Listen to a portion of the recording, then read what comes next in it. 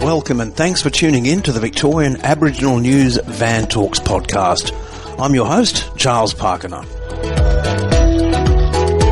Victorian Aboriginal News acknowledges and pays respect to all traditional owners and custodians across Australia.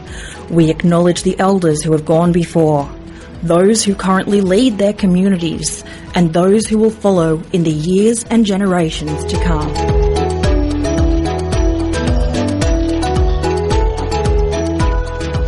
With the results of the 2023 referendum still generating hot debate across Australia, the Victorian government facing a raft of recommendations following the Uruk Justice Commission and a recently signed Victorian Treaty Act 2025 in place. Arguably, Victoria is a focus point in this country on matters dealing with voice, treaty and truth. Two high-profile academics commissioned recently a Victoria-wide social survey to gauge attitudes towards truth and treaty. Both join me today to discuss the survey and, importantly, its results. Our first guest is Professor Emma J. Gavin, and she's a Garawa Aboriginal scholar and the first Indigenous Professor of Truth-Telling in Australia. Emma J., thanks for speaking with me today. Thanks so much for having me, Uncle. And we're joined also by someone who is no stranger to the Victorian Aboriginal News microphone, Professor Andrew Gunstone, co-chair of Reconciliation Victoria and recognised globally as a leading academic on reconciliation. Andrew, welcome back. Great to be here with you, Uncle Charles. We'll start with you, Andrew. The survey itself, can you give me some rationale to it, given that we're right in the middle of this voice, treaty, truth debate that's been going on for quite a while, specifically here in Victoria, and why you felt it was so important and what, importantly, you were seeking to achieve? Well, Professor Gavin and I have been talking for a long time about we need to really measure the attitudes of Victorians in treaty and truth-telling, because obviously we're leading the country in this space. We're the only state that's actually implemented voice, treaty and truth from the Law Statement from the Heart. So we're very keen to measure the attitudes. We're very conscious, as you are too, Uncle, during the referendum, often the loudest voices are the ones that get the most attention. So we wanted to hear what the average person in the street across Victoria felt about treaty and felt about truth-telling. So I've been running a longitudinal study since 2005 on attitudes towards reconciliation. Yeah. And it's the longest study in Australia. So we thought, let's just do a version of that. And we commissioned a social survey company, and it interviewed 1,006 Victorians across a whole range of demographics. So it's a statistically accurate sample of Victoria. It looked at men and women, it looked at rural and urban areas, it looked at peoples across the political spectrum, and it had a whole different range of ages from 18 to 75 plus. And the opportunity then that gave us is to understand more accurately, and it's the first survey conducted of this type, people's attitudes towards treaty and truth-telling in Victoria. Give us an idea about some of the questions, because historically so many surveys can be easily swayed one way or the other simply by particular phrasing of questions. So what were the questions like? Well, we asked two groups of questions, and so one group was on truth-telling and one group was on treaty. So we asked the questions and we explained in the question itself what treaty meant or what truth-telling meant. So we asked the question, do you support a process of truth-telling or do you support a treaty? And then we explained what those terms meant. That was the first set of questions. And then the second questions was, we asked it in a scale of strongly agree to strongly disagree. So we had a good range of responses there. We also asked questions about what was their reason for choosing that answer. Okay. Yeah. And then critically, we thought it would be really good to ask, is there anything, this is for the people that either disagreed or strongly disagreed for treaty or truth-telling. We wanted to ask what, if anything, would make them change their mind. Because we thought this would be a really interesting opportunity to help lawmakers and help Indigenous leaders understand maybe processes for different education campaigns to attract a greater level of support. I just want to transition now to MJ and speak specifically about that section of the survey that dealt with truth. You've been heavily embroiled in truth and the processes and what's been going on around Australia and here in Victoria for quite a long time. I was really interested to see that the results showed a 65% response rate, either agreeing or strongly agreed with truth processes. What exactly were they agreeing to in that? Similar things to URUK? So basically, the question was very broad in what it included for truth in Victoria, and the fact that it was so widely supported seems to indicate a broad spectrum of support for what that might mean. So we have URUK, which is, of course, a large truth-telling body in Victoria, but it doesn't mitigate the community level or individual or family level truth that's also happening, and again, with some organisations. The response rate for disagree or strongly disagree was 13%. That's a fairly broad range of responses there. Did that surprise you at all in this particular area, with 65 agreeing and only 13% disagreeing with truth-telling? I was very surprised. I think it indicates a larger swing towards more truthful engagements between First Nations Victorians and non-Indigenous Victorians, particularly post The Voice. I think it's a larger swing than we would have seen prior to The Voice, and I think that gives me a bit of hope that we are still moving in the right direction despite some of the hold-ups we've seen more nationally. And what about the demographics in that response? Did you see it more coming from a specific area or areas of demographics?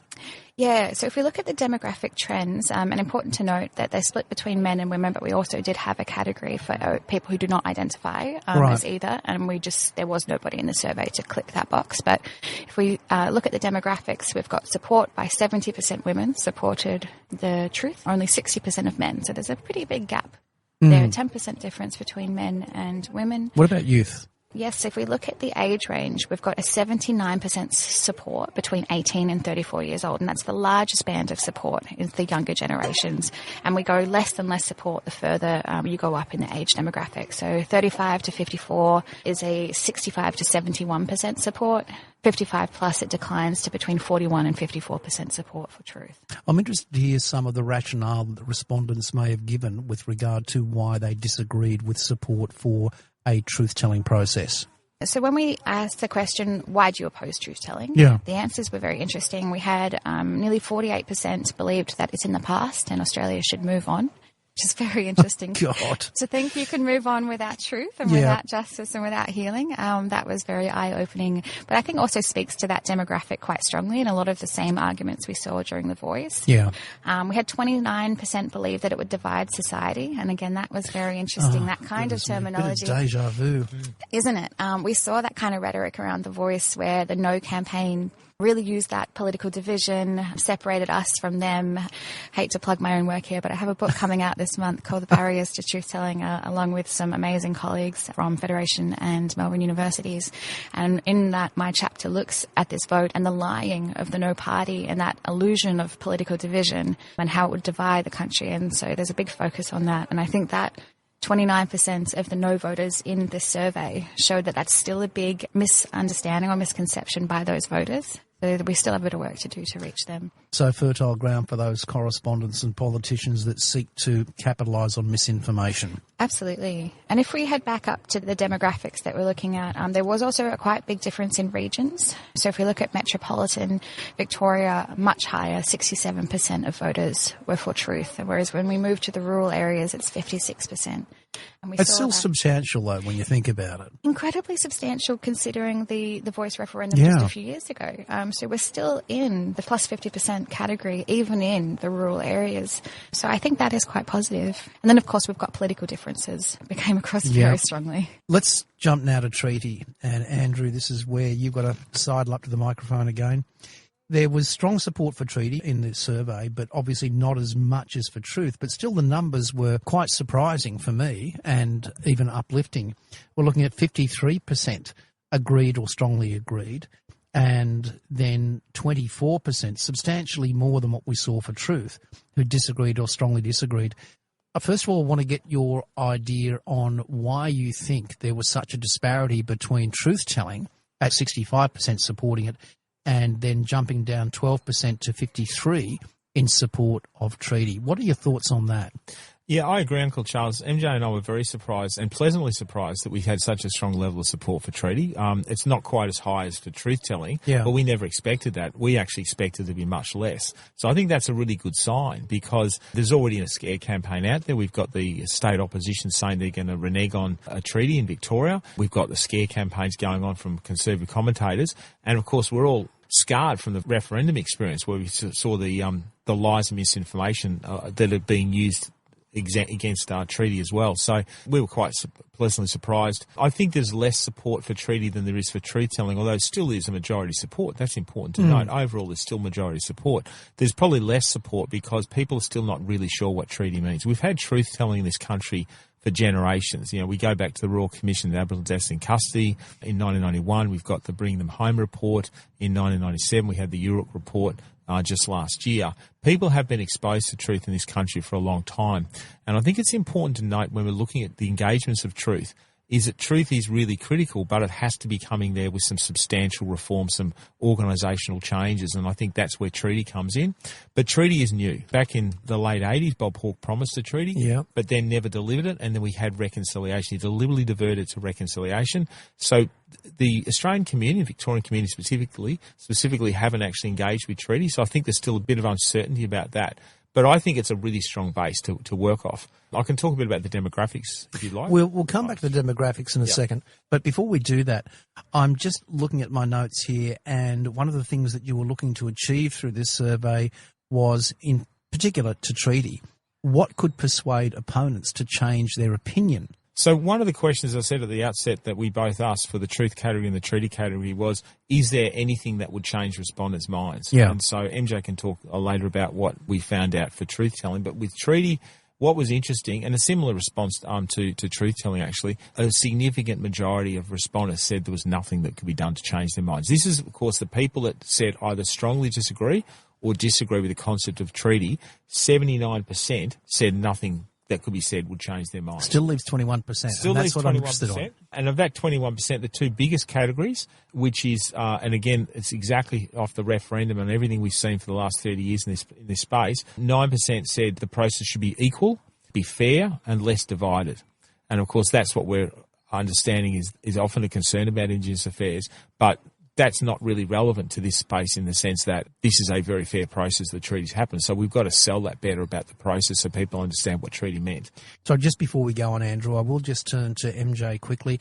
MJ, when it comes back to truth-telling and what are some of those arguments that could persuade people to look at it differently, did you see similar arguments from people or similar comments from people? Absolutely. 83% said nothing would change their mind. And that's very interesting. Those who won't change their mind when presented with new information or when more supports are added, or if we listen to their disagreements and try and come to the table, 83% nothing. There was a small minority that said they would reconsider if there was more transparency, if truth-telling was a non-political process, or if it was a lower cost initiative.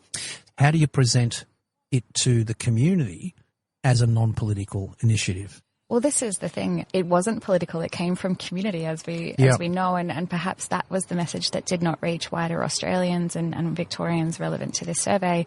This came directly from community, then became rallied, signed, work was done for 30 years before it got to the table of politicians. So I think it's almost laughable to suggest that it would be a non-political process. Every aspect of an Aboriginal person's life in this country is politicised. Truth-telling, in a way, should be politicised because of the decisions made by government and the continued decisions made by settler colonial governments in this country that continue to have impacts that affect Aboriginal and Torres Strait Islander lives and outcomes, health, incarceration, education, all those things that cause the gap between First Nation and non-Indigenous outcomes.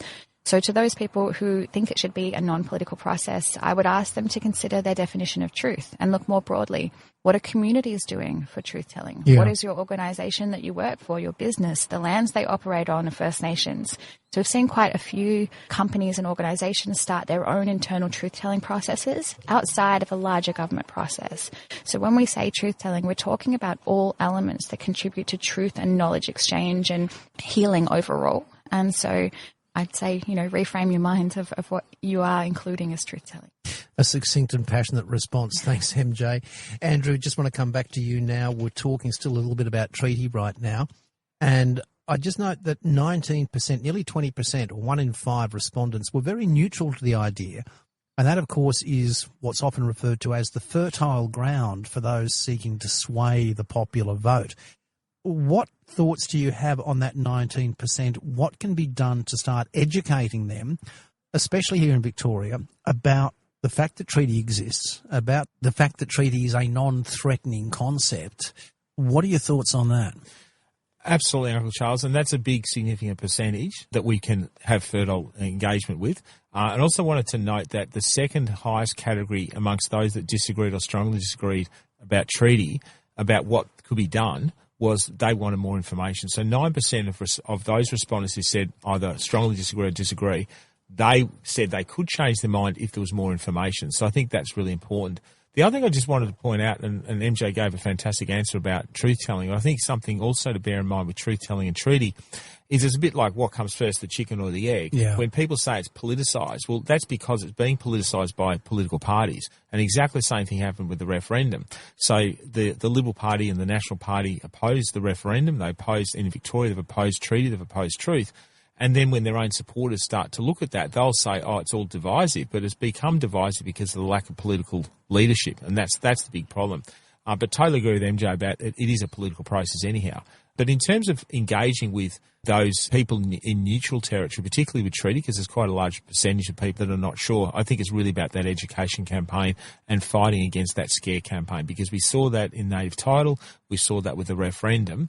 Our political opponents will stoop at nothing to try to defeat these processes, including absolute lies like your backyard's not safe. I'm waiting for that to come out for treaty. Yeah, so it's that basic information and also really explain to people when it boils down to a treaty is not something that complicated. It's literally an agreement between two parties. And so it's not something that just leads in international law. It's actually an agreement between two parties. Oh, we've banged that message home over the years here on this platform.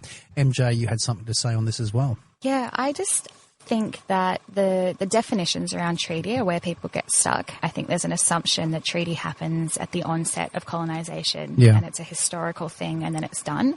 So I think the average Australian perhaps doesn't know that a treaty is an ongoing agreement.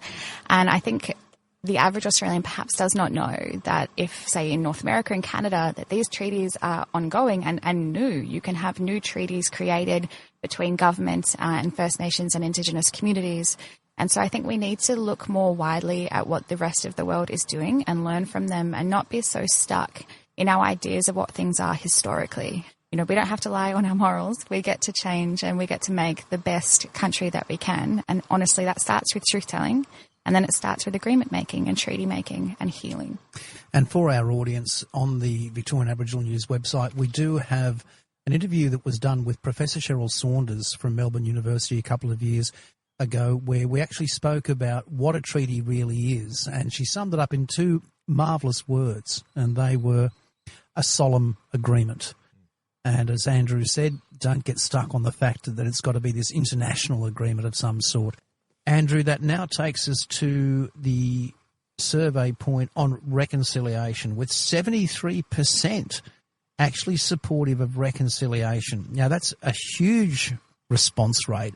I want to ask, first of all, did the respondents actually understand? Were they given the information to help them understand what reconciliation actually represents? So a bit of background here. The two main focuses in the survey were truth-telling and treaty, but we also asked three brief questions to explain what each of these concepts meant because we wanted to get an understanding. We wanted to cross-analyse between those who supported one of these other three areas and truth or treaty. And so we asked about reconciliation, voice to parliament, and all the statement from the heart. So in terms of reconciliation, that was good to see. We had a very strong support for reconciliation. 73%, as you said yes, and much stronger support amongst women, younger people, metro region and progressive parties, as all the survey data shows. But we have to take that with a grain of salt because, as you know, I talk a lot about substantive reconciliation. You do, so yep. This is a broad catch-all phrase. I think we need to cross-tabulate between people that say yes to reconciliation, but how are they supporting some genuine substantive changes like truth-telling and treaty? But it's a good result for reconciliation. Do you think that also leads to the, for me, surprising response about the support for voice to parliament, where it was essentially a 50-50 split, with 50% actually supportive of it? We've then got 13% unsure, that fertile ground again, and 37% fairly hard no. MJ, did you see that as an expected result, or were there any surprises in there? Not really. We had 50% support. Yeah. And that is fantastic. Really excited. Would obviously prefer to see it a lot higher, but 50% is still good. Importantly, 13% were unsure. So only 37% were no.